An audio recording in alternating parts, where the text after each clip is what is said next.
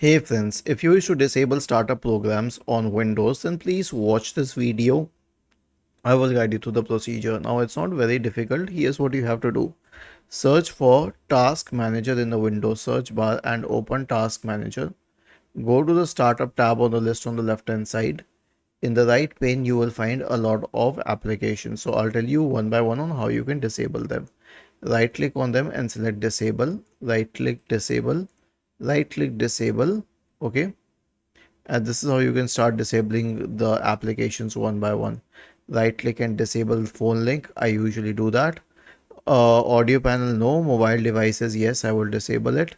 CX process, I will disable it. Google Drive, I will disable it. And then OneDrive, no, it should be enabled. MS Edge, I will disable it. Security Health, no, it not like that. But I will click on status twice to make sure that it is set up in the lists in a manner that the enabled ones are on the top and the rest are shown accordingly. Okay, this is how we can show it. And this is how you can disable startup programs on Windows. Other than that, if you wish to do it for a program specifically, let us say for WhatsApp.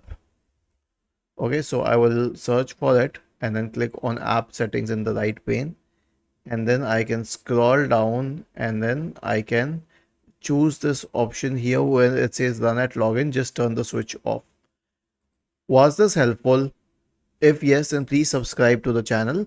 If not, then let us know in the comment section of the video on how we could help you further. Thank you for watching this video and have a nice day.